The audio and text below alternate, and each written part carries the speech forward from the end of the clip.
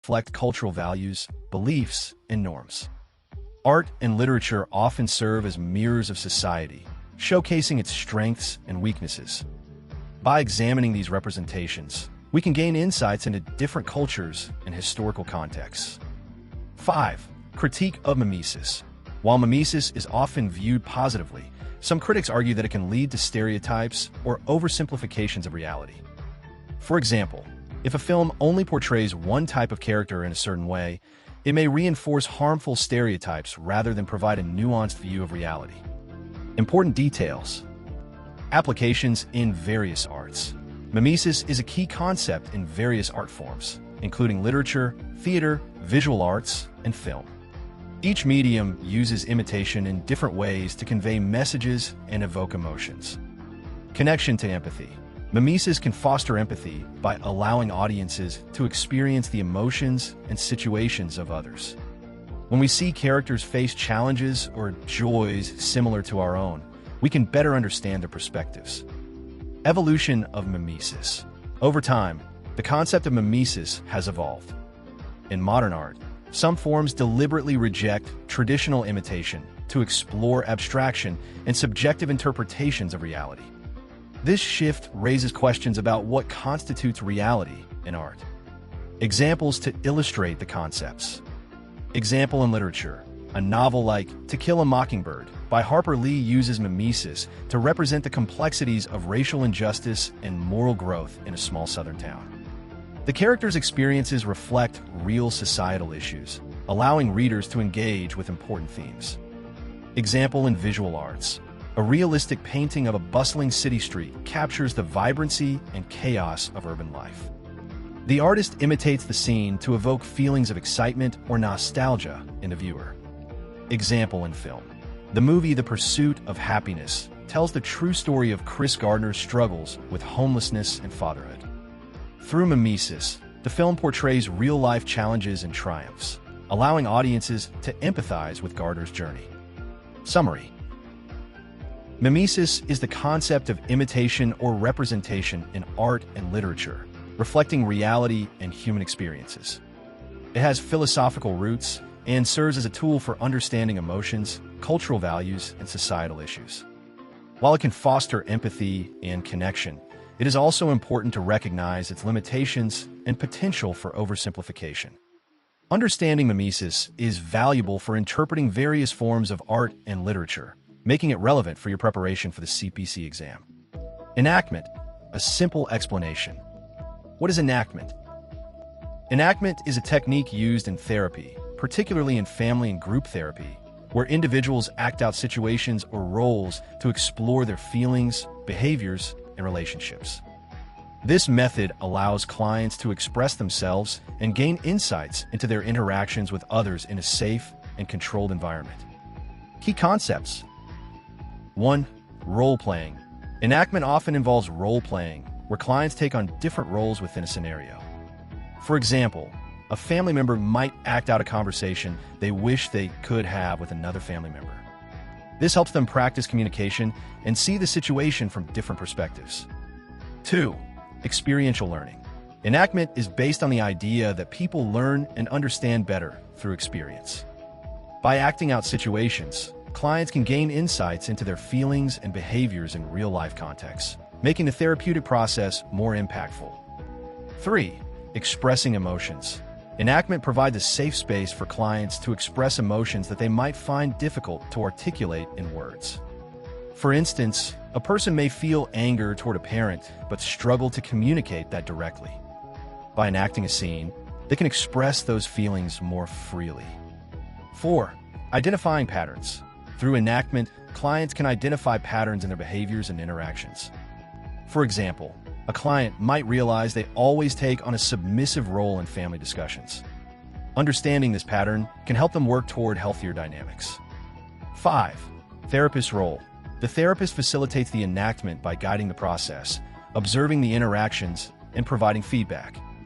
They help clients reflect on their experiences during and after the enactment, promoting deeper understanding and change. Important details. Applications in therapy. Enactment can be used in various therapeutic settings, including family therapy, couples therapy, and individual therapy.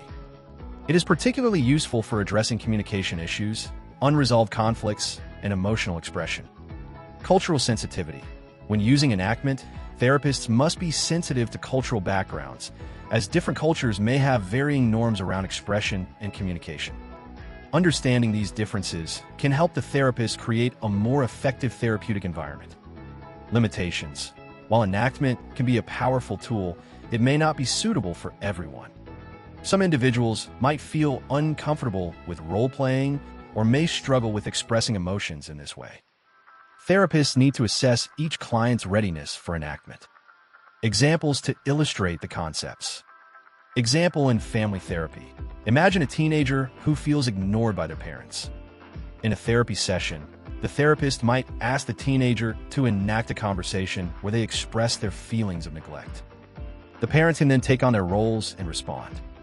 This allows everyone to see the impact of their behaviors and fosters understanding. Example in couples therapy. A couple might struggle with communication during arguments. The therapist could ask them to enact a recent disagreement, allowing each partner to express their feelings and perspectives. This can help them understand each other better and find ways to communicate more effectively. Example of identifying patterns. A client who often plays the role of the peacemaker in conflicts may enact a situation where they assert their needs instead. This can help them recognize their tendency to avoid confrontation and encourage them to practice standing up for themselves. Summary. Enactment is a therapeutic technique that involves acting out situations to explore feelings, behaviors, and relationships. It allows clients to express emotions, identify patterns in their interactions, and gain insights into their personal experiences. By role-playing and experiencing scenarios, clients can learn and practice new ways of communicating and relating to others. Understanding enactment is important for effective therapy, making it a relevant topic for your preparation for the CPC exam. Boundaries, a simple explanation. What are boundaries? Boundaries are the limits or rules that individuals set in their relationships with others. They define what is acceptable and what is not in terms of behavior, emotions, and personal space. Boundaries help protect our well-being and establish healthy relationships. There are three main types of boundaries: clear, rigid, and diffuse. Key concepts. 1. Clear boundaries. Clear boundaries are healthy and well-defined. They allow individuals to express their needs and feelings while respecting the needs and feelings of others. People with clear boundaries know where they end and where others begin. For example, if a friend consistently interrupts you while speaking, a clear boundary would involve directly telling them, "I feel frustrated when I'm interrupted. Can we please take turns speaking?" 2. Rigid boundaries. Rigid boundaries are overly strict and inflexible. Individuals with rigid boundaries may keep others at a distance, making it hard to form close relationships. They might avoid sharing personal information or showing vulnerability. For example, someone with rigid boundaries may refuse to discuss their feelings or allow anyone to help them, saying, "I can handle everything on my own." This can lead to feelings of isolation and loneliness. 3. Diffuse boundaries. Diffuse boundaries are weak or unclear. Individuals with diffuse boundaries may have trouble distinguishing their own needs from those of others. They might be overly accommodating or feel responsible for other people's emotions. For instance, someone with diffuse boundaries might say, "I always have to make sure everyone else is happy, even if it means sacrificing my own happiness." This can lead to resentment and burnout. Important details. Importance of healthy boundaries. Healthy boundaries are essential for maintaining emotional well-being and building strong relationships. They help individuals communicate their needs, protect their personal space, and establish mutual respect. Cultural differences. Boundaries can vary across cultures. What is considered a healthy boundary in one culture may be viewed differently in another. Understanding cultural context is important when discussing boundaries in therapy or interpersonal relationships. Boundary setting. Learning to set and maintain boundaries is a skill that can be developed over time. It often involves self-reflection, communication, and practice. Individuals may need to work with a therapist to understand their own boundary styles and how to improve them. Examples to illustrate the concepts. Example of clear boundaries. A student tells their classmate, "I need to focus on my studies right now, so I can't chat during homework time." This clear communication helps the student maintain their focus while also respecting the classmate's desire to connect. Example of rigid boundaries.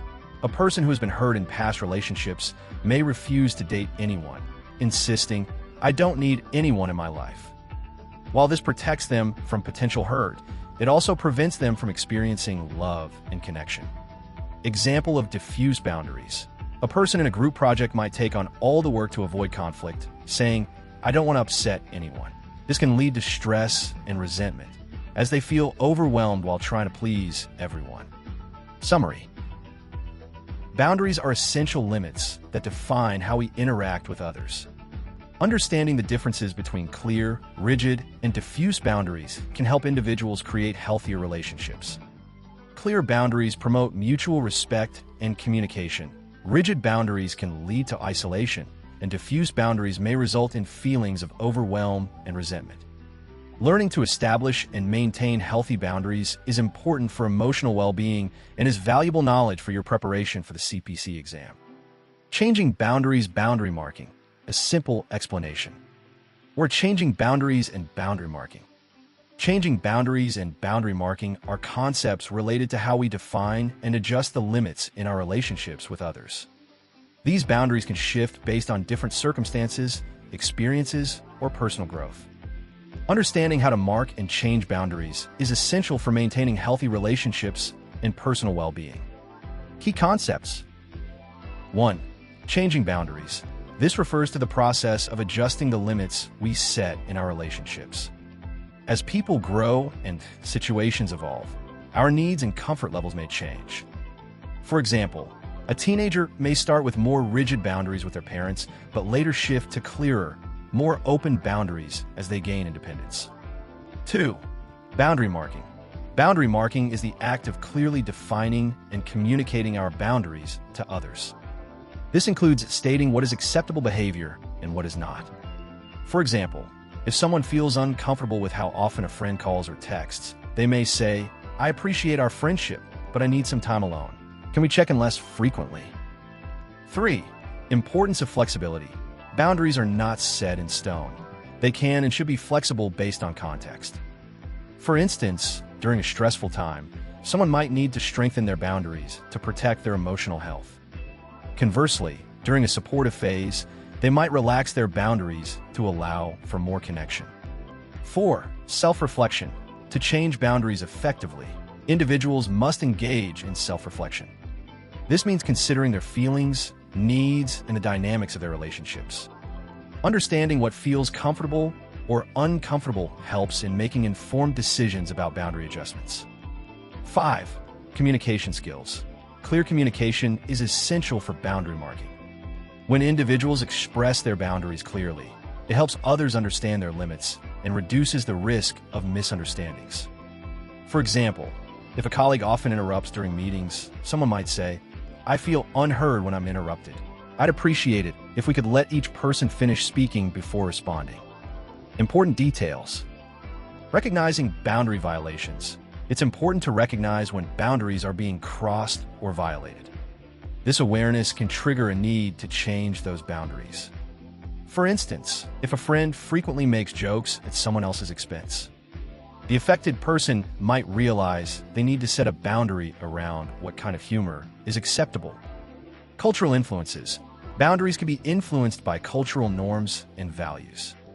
Different cultures have varying expectations about personal space, emotional expression, and communication styles. Understanding these differences is important when navigating relationships in diverse settings. Challenges of changing boundaries. Changing boundaries can be challenging. Others may resist the changes, especially if they're used to a certain way of interacting. It can require patience and persistence to establish new boundaries and help others adjust to them. Examples to illustrate the concepts. Example of changing boundaries. A college student who initially felt comfortable sharing everything with their roommate may realize they need more privacy as the semester progresses. They might decide to keep certain personal matters private and communicate this change to their roommate. Example of boundary marking. A person who feels overwhelmed by family gatherings might say, I love spending time with you all, but I need to leave by 5 p.m. to recharge. This clear statement helps set an expectation and respects their need for personal space. Example of recognizing boundary violations. If a friend consistently borrows clothes without asking, the affected person might feel uncomfortable. They can recognize this as a boundary violation and decide to communicate. I prefer to keep my clothes to myself. Please ask before borrowing. Summary. Changing boundaries and boundary marking are important concepts in maintaining healthy relationships. Changing boundaries allows for flexibility based on personal growth and circumstances, while boundary marking involves clearly defining and communicating those limits to others. Recognizing when boundaries need to change, engaging in self-reflection, and effectively communicating needs are essential skills for navigating relationships. Understanding these concepts is valuable for personal development and is relevant for your preparation for the CPC exam. Individuation, a simple explanation. What is individuation? Individuation is a psychological process through which a person becomes more aware of themselves as a unique individual, distinct from others. This concept is often discussed in the context of psychology and personal development. It involves exploring one's identity, values, beliefs, and emotions, leading to greater self-understanding and personal growth. Key concepts. 1. Self-discovery. Individuation involves exploring who you are at your core. This means understanding your interests, strengths, weaknesses, and values. It's about recognizing what makes you unique and what you truly want in life. 2. Separation from others. A crucial part of individuation is distinguishing yourself from family, friends, and society. While relationships are important, individuation emphasizes the need to develop your own identity apart from these influences. For instance, a young adult may decide to pursue a career path different from their parents' expectations, reflecting their personal aspirations. 3. Emotional growth. As individuals go through the process of individuation, they often confront their emotions and inner conflicts. This may involve dealing with fears, insecurities, and unresolved issues from the past. By facing these emotions, a person can achieve emotional maturity and a clearer sense of self. 4. Integration of self. Individuation also involves integrating different aspects of oneself. This means accepting both positive and negative traits and understanding how they contribute to your overall identity. For example, someone may recognize that they are both ambitious and anxious, learning to manage both traits in a balanced way. 5. Lifelong process. Individuation is not a one-time event, but a lifelong journey. People continue to grow and change throughout their lives, refining their identities based on new experiences, relationships, and insights. Important details. Carl Jung's theory. The concept of individuation is closely associated with the Swiss psychiatrist Carl Jung. He believed that individuation is essential for achieving psychological wholeness and self-realization. Jung emphasized the importance of integrating all parts of the self, including the conscious and unconscious mind. Cultural influences. The process of individuation can be influenced by cultural factors. Different cultures have varying expectations about individuality and conformity. In some cultures, collectivism may prioritize group identity over personal identity, affecting how individuals experience individuation. Challenges in individuation. The journey of individuation can be challenging. Individuals may face resistance from family or societal expectations, fear of rejection, or difficulty in embracing their authentic selves. Overcoming these challenges often requires courage and self-compassion. Examples to illustrate the concepts. Example of self-discovery. A high school student might realize that their passion lies in art, even though their parents want them to pursue a career in medicine. By exploring their interests and developing their artistic skills, the student is engaging in a process of individuation. Example of separation from others. An individual raised in a strict religious environment may struggle with their beliefs. Through individuation, they might explore different philosophies and ultimately decide to adopt a belief system that resonates more with their personal values, even if it differs from their upbringing. Example of emotional growth. A person dealing with anxiety may recognize that their fear of public speaking stems from past experiences. Through individuation, they confront these feelings and work on building confidence, leading to personal growth and improved self-esteem. Summary: individuation is the process of becoming a unique individual separate from others and gaining a deeper understanding of oneself. It involves self-discovery, emotional growth, and the integration of different aspects of one's identity. While this journey can be challenging, it is essential for personal development and achieving psychological wholeness. Understanding individuation is valuable not only for personal growth, but also for your preparation for the CPC exam, as it highlights the importance of self-awareness in counseling and therapy. What is a spousal subsystem? The spousal subsystem is a concept from family therapy that refers to the relationship and dynamics between married or partnered individuals within a family. This subsystem plays a crucial role in how the family functions as a whole. It encompasses the emotional and practical interactions between partners, influencing their relationship and the well-being of the entire family. Key concepts. 1. Definition of subsystems. In family therapy, a subsystem is a smaller group within a larger family system. The spousal subsystem specifically focuses on the partnership between two spouses or partners. Other examples of subsystems in a family include parent-child subsystems or sibling subsystems. 2. Importance of the spousal relationship. The strength and health of the spousal relationship can significantly impact the entire family. A supportive and communicative partnership often leads to a more stable and functional family environment. Conversely, conflicts or issues in the spousal relationship can create stress and dysfunction within the family.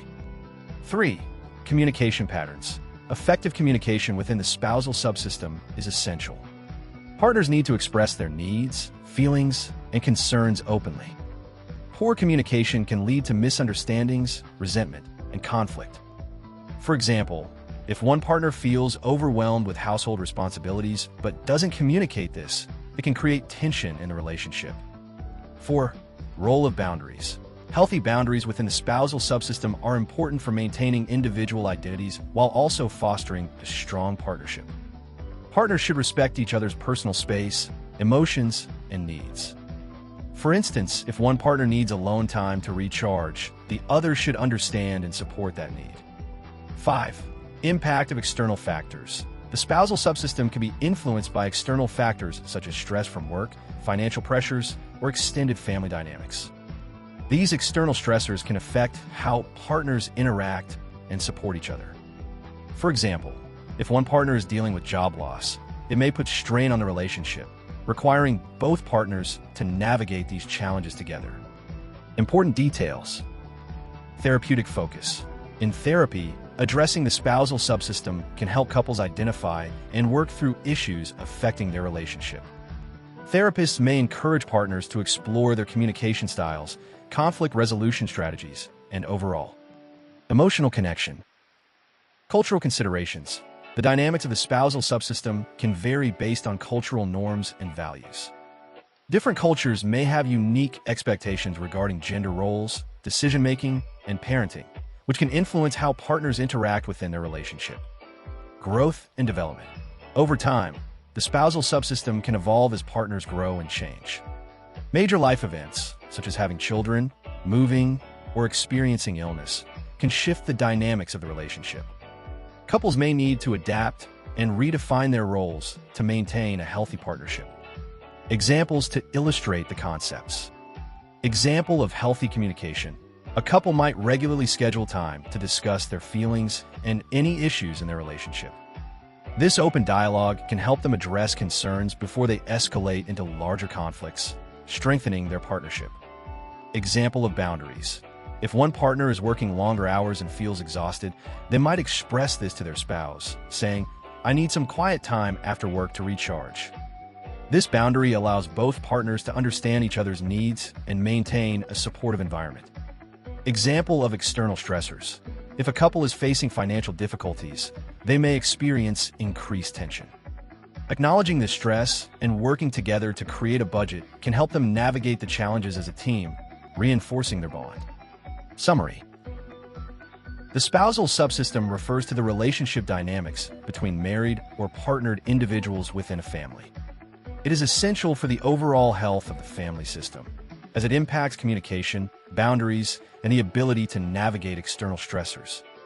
Understanding the spousal subsystem can help couples strengthen their relationships and improve family functioning, making it an important concept for your preparation for the CPC exam.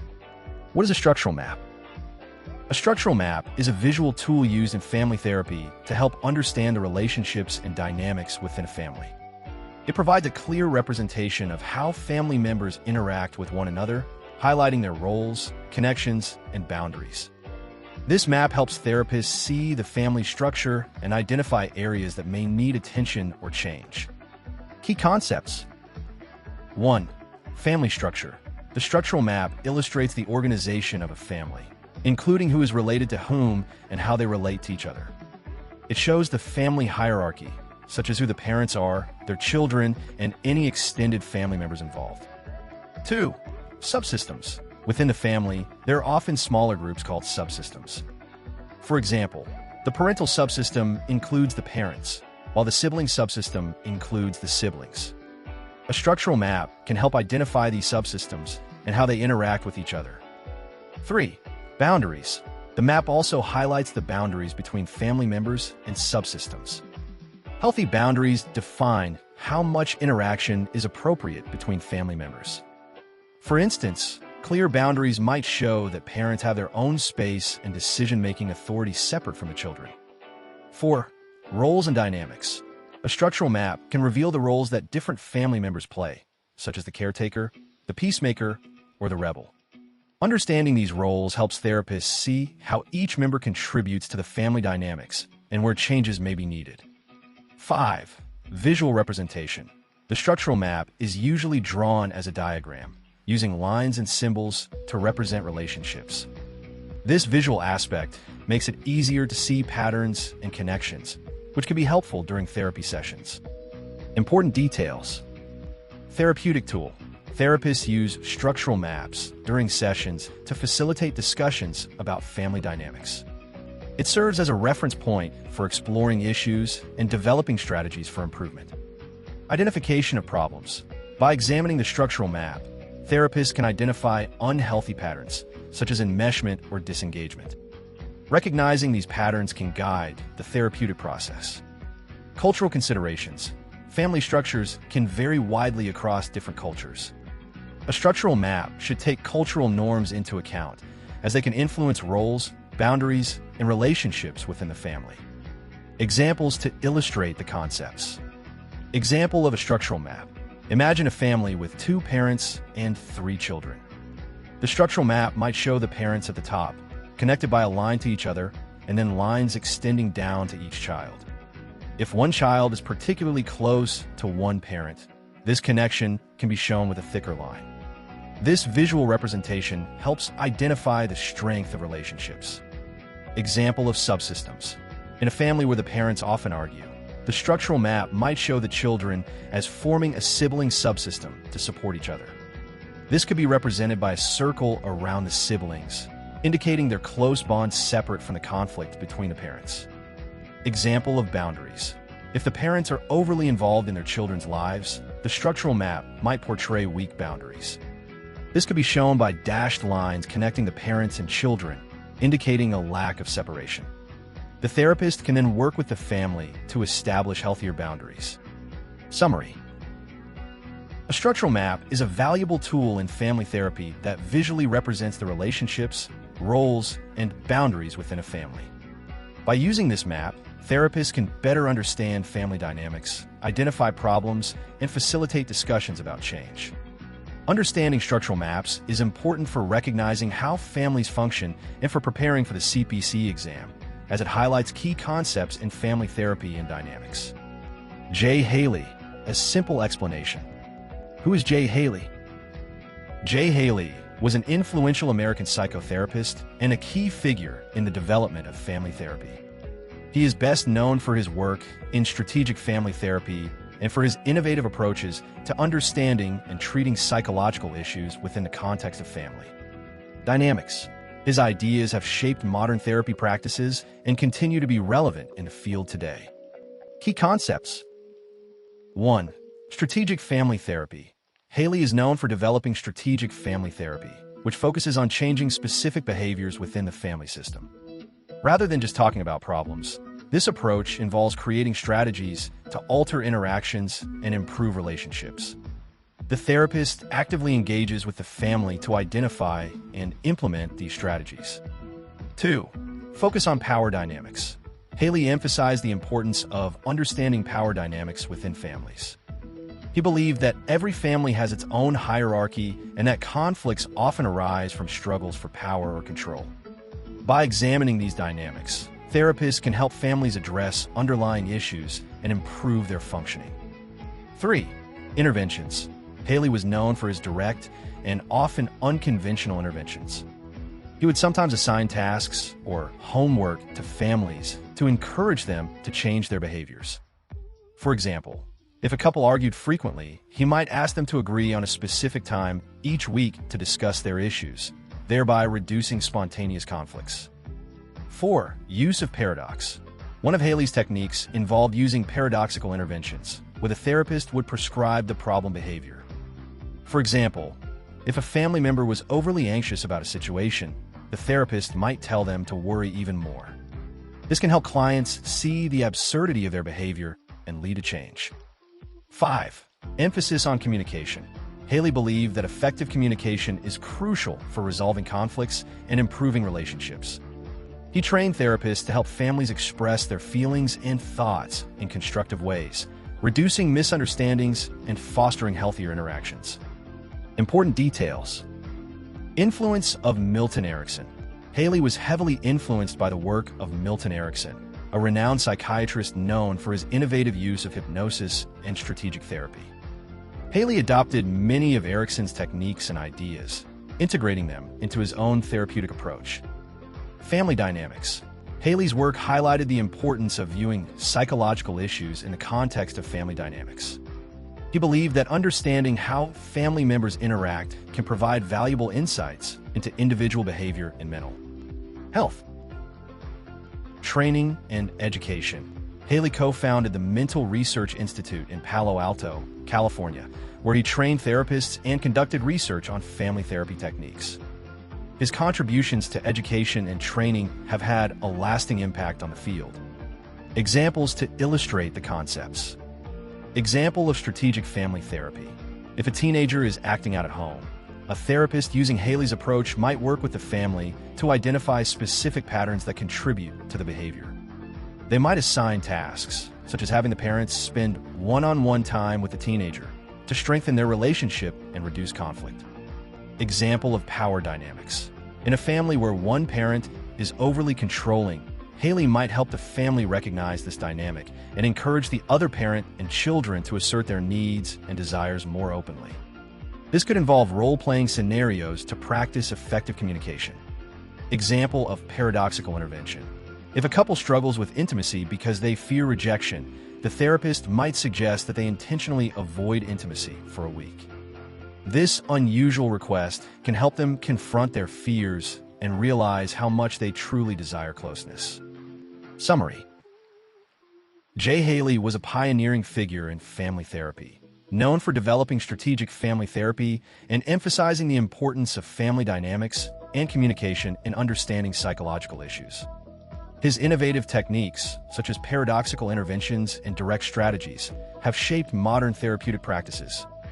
Understanding Haley's contributions is valuable for anyone studying psychology or preparing for the CPC exam, as it highlights key concepts in family therapy and the treatment of mental health issues. Chloe Mudduns. A simple explanation. Who is Chloe Mudduns?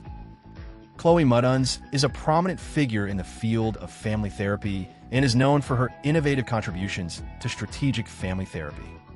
She has worked alongside other influential therapists, including J. Haley, and has developed her own unique approaches to helping families resolve conflicts and improve their relationships. Mudduns is recognized for her practical techniques and her focus on the importance of the family system in therapy. Key concepts. 1. Strategic family therapy. Mudunz is well known for her work in strategic family therapy. This approach focuses on identifying and changing specific behaviors within the family that contribute to problems. Instead of just discussing issues, the therapist actively works with the family to create strategies to address and resolve conflicts. 2. Role of the therapist. In Mudun's approach, the therapist takes an active role in guiding the family. The therapist is not just a neutral observer, but is involved in the family's interactions, helping to facilitate communication and change. This hands-on approach allows therapists to address issues more effectively. 3. Understanding family dynamics. Mudunz emphasizes the importance of understanding how family members interact with one another.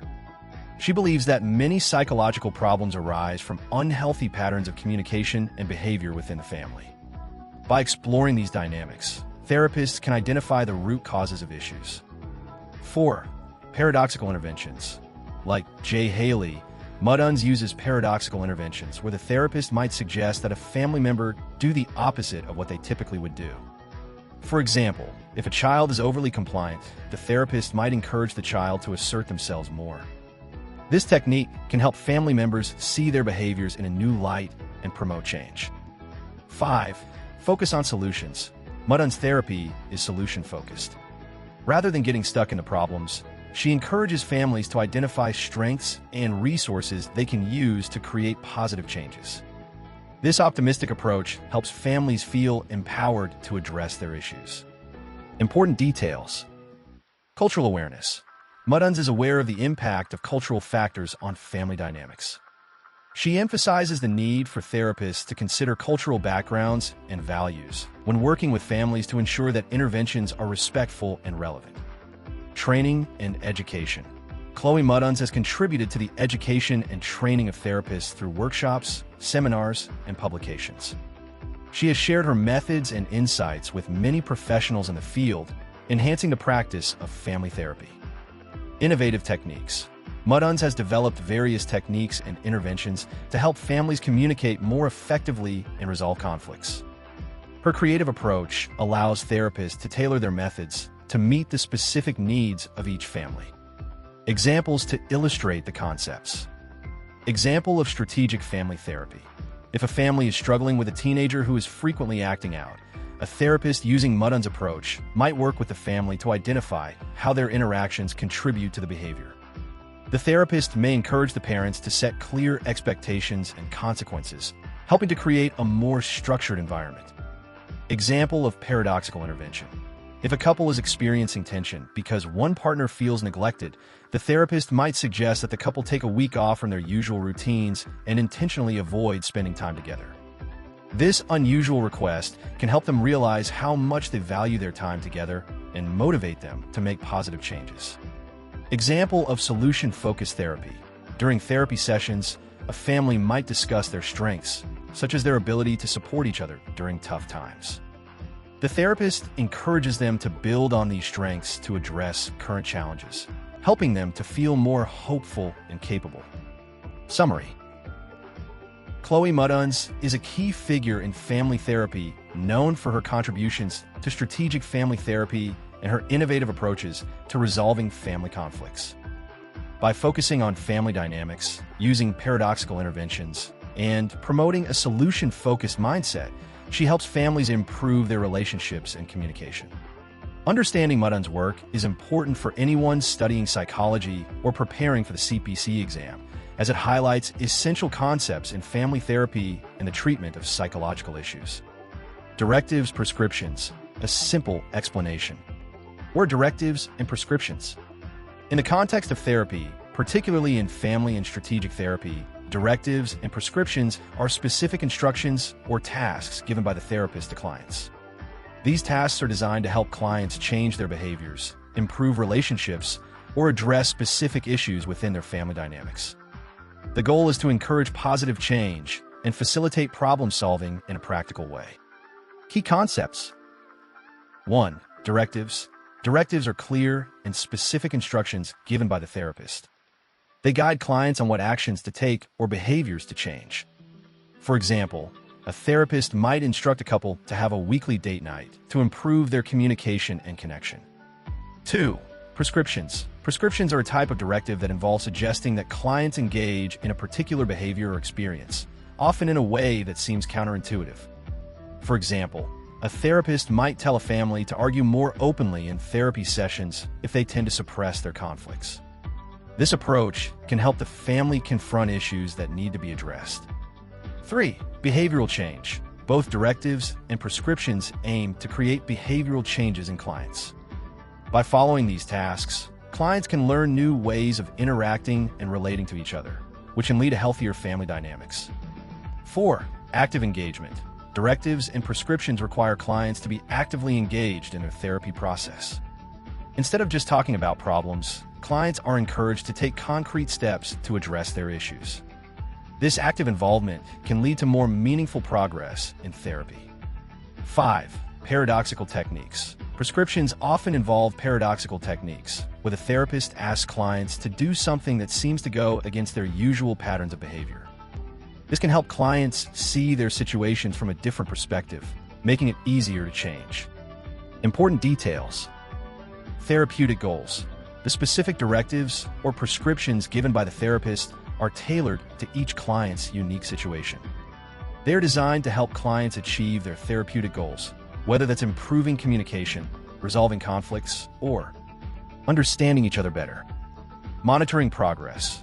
Therapists often check in with clients about their experiences with the directives or prescriptions.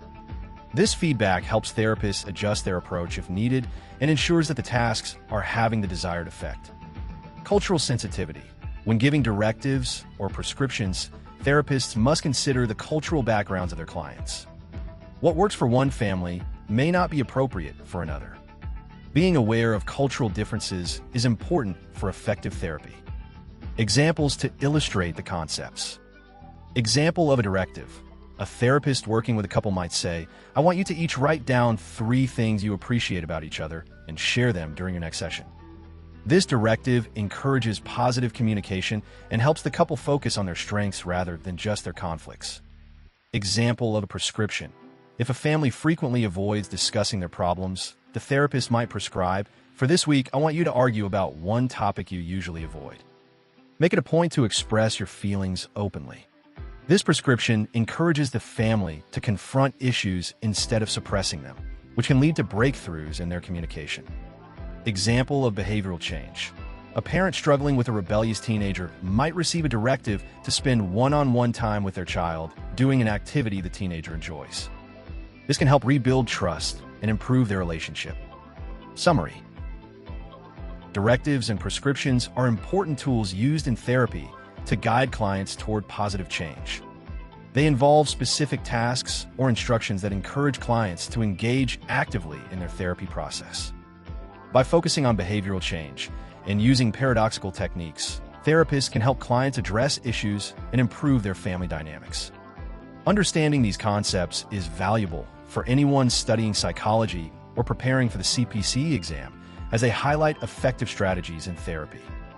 What is a double bind?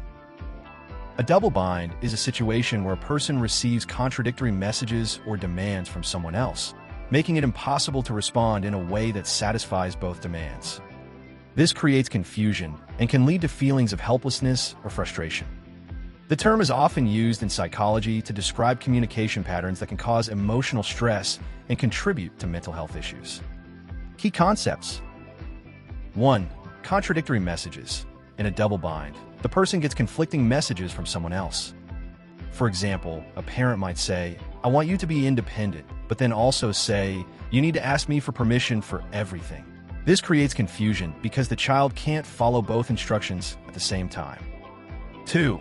Emotional impact. Being in a double bind can lead to significant emotional stress. People may feel trapped, anxious, or unsure of how to act. This emotional turmoil can affect relationships and overall mental health. 3. Communication patterns. Double binds often arise from poor communication within relationships, whether in families, workplaces, or other settings. Misunderstandings or unclear expectations can lead to these contradictory messages. 4. Psychological effects. Double binds can contribute to various mental health issues, including anxiety, depression, and low self-esteem. When individuals constantly face conflicting demands, they may struggle to make decisions or feel insecure about their choices. 5. Examples in therapy. Therapists may identify double binds in their clients' lives to help them understand the root of their stress. By recognizing these patterns, clients can begin to address the conflicts and develop healthier communication strategies. Important details. Origin of the term. The term double bind was first used by psychologist Gregory Bateson in the 1950s to describe communication patterns in families, especially in the context of schizophrenia. Bateson suggested that individuals subjected to double binds could develop mental health issues due to the stress of conflicting messages. Cultural context. Double binds can vary across different cultures and social settings. What might be considered a double bind in one culture may not hold the same meaning in another. Understanding cultural influences is important when discussing double binds. Resolving double binds. To address a double bind, it's essential to improve communication. Individuals can work on expressing their needs clearly and setting healthy boundaries. Therapy can also help individuals recognize and navigate these conflicting situations. Examples to illustrate the concepts. Example of a family double bind. A teenager may feel caught in a double bind when their parents say they want them to be responsible, but then criticize them for making independent decisions. The teen is left unsure about how to act responsibly while also trying to please their parents. Example of a workplace double bind. An employee might be told by their boss to take initiative and be a leader, but then criticized for not following the established rules strictly. This creates confusion about whether to be proactive or to stick to the rules, leaving the employee feeling stuck. Example of a friend double bind. A friend might say they want honesty in the relationship, but then react negatively when the other person shares their true feelings. This can make the honest friend feel trapped, as they want to be truthful but also fear the other person's reaction. Summary.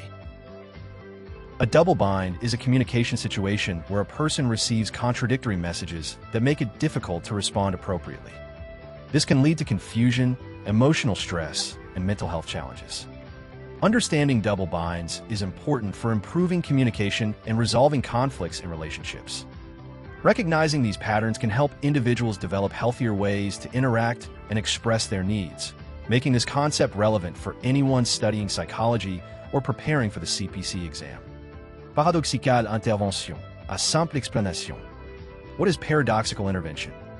Paradoxical intervention is a therapeutic technique used in family and individual therapy where the therapist encourages the client to engage in behaviors that seem to go against what they want to achieve. The idea is that by doing the opposite of what is typically expected, clients can gain new insights and break free from unhelpful patterns of behavior. It's a way to challenge clients' thinking and promote change in a unique manner. Key concepts. 1. Contradictory approach. In paradoxical interventions, the therapist gives instructions that appear to contradict the client's goals. For example, if a client wants to reduce their anxiety about public speaking, the therapist might suggest that they intentionally try to feel even more anxious when speaking in front of others. 2. Creating awareness. The purpose of this technique is to help clients become more aware of their behaviors and thought patterns. By engaging in the paradoxical task, clients can often see how their fears or anxieties may be exaggerated or irrational. 3. Breaking patterns. Many clients fall into repetitive cycles of behavior that don't serve them well. Paradoxical interventions can help disrupt these patterns. For instance, if a child is overly dependent on their parents, the therapist might suggest the parents encourage the child to be even more dependent, which can make the child feel uncomfortable and prompt them to seek independence. 4. Emotional release. Sometimes, engaging in a paradoxical behavior can lead to an emotional release or a shift in perspective. Clients might find that when they intentionally act in a way that feels unnatural, it allows them to confront their fears or issues more directly. 5. Therapist's role. The therapist plays a crucial role in guiding the client through this process. They must carefully explain the rationale behind the paradoxical intervention, ensuring the client understands that the goal is to foster change, not to reinforce negative behaviors. Important details. Historical context.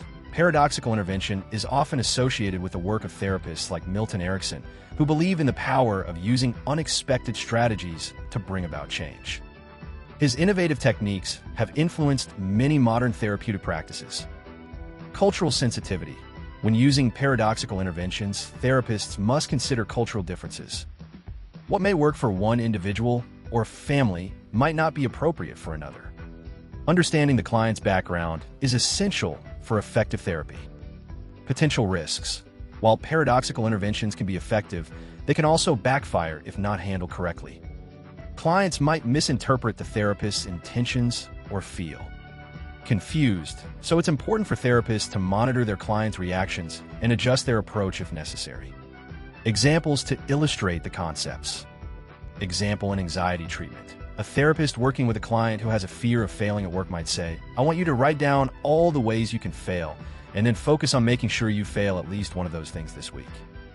This unusual task can help the client confront their fear of failure and realize that it's not as catastrophic as they believe. Example in family therapy. In a family where the parents feel overwhelmed by their child's clinginess, the therapist might suggest that they encourage their child to be even more dependent. This could create discomfort for the child, prompting them to seek independence naturally to regain their sense of control. Example in relationship issues. If a couple is struggling with communication and one partner feels unheard, the therapist might instruct them to intentionally ignore each other for a day. This could lead to feelings of frustration that prompt both partners to realize how much they value communication, encouraging them to change their approach. Summary. Paradoxical intervention is a therapeutic technique where clients are encouraged to engage in behaviors that seem contrary to their goals. By doing so, they can gain new insights, break unhelpful patterns, and confront their fears. This unique approach, rooted in the work of therapists like Milton Erickson, allows for emotional release and increased awareness. Understanding this technique is valuable for anyone studying psychology or preparing for the CPC exam, as it highlights innovative strategies for promoting change in therapy. Prescribing the symptom, a simple explanation. What is prescribing the symptom? Prescribing the symptom is a therapeutic technique used in family therapy and strategic therapy, where the therapist encourages clients to intentionally continue or exaggerate a behavior or issue that they find troubling. This approach may sound counterintuitive, but it can help clients gain insight into their problems, reduce anxiety around the symptoms, and ultimately lead to change. Key concepts.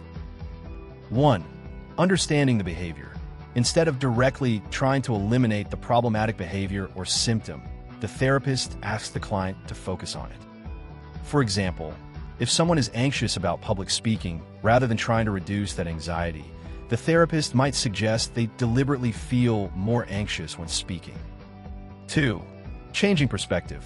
By prescribing the symptom, the therapist helps clients view their issues from a different perspective. This can lead to a reduction in the power the symptom has over them.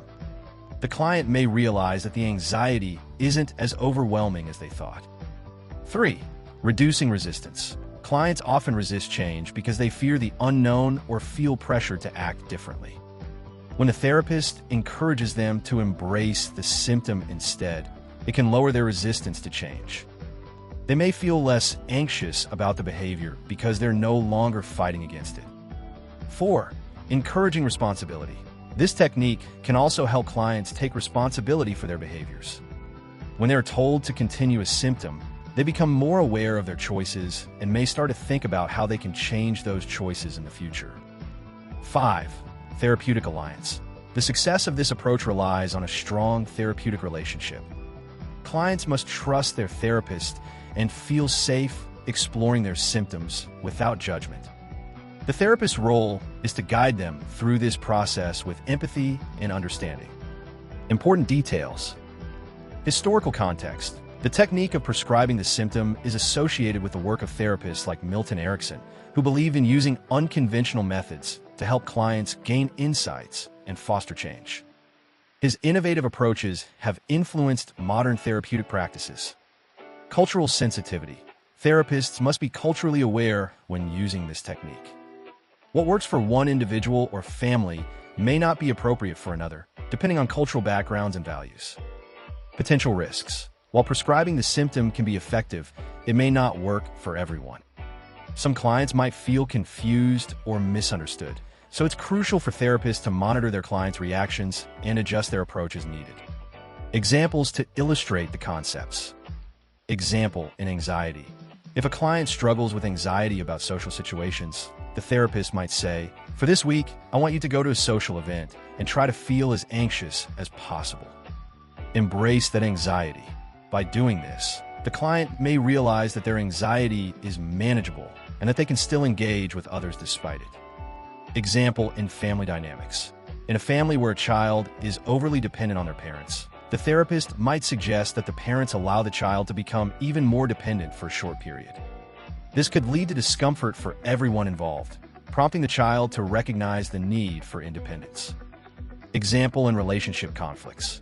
If a couple is experiencing constant arguments, the therapist might encourage them to argue even more intentionally during their sessions.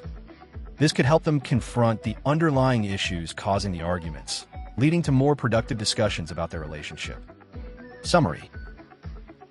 Prescribing the symptom is a therapeutic technique where clients are encouraged to embrace or exaggerate a troubling behavior instead of trying to eliminate it. This approach helps clients gain new insights, reduce anxiety, and take responsibility for their actions. By changing their perspective on the symptom, clients can find new ways to cope and ultimately foster positive change. Understanding this technique is important for anyone studying psychology or preparing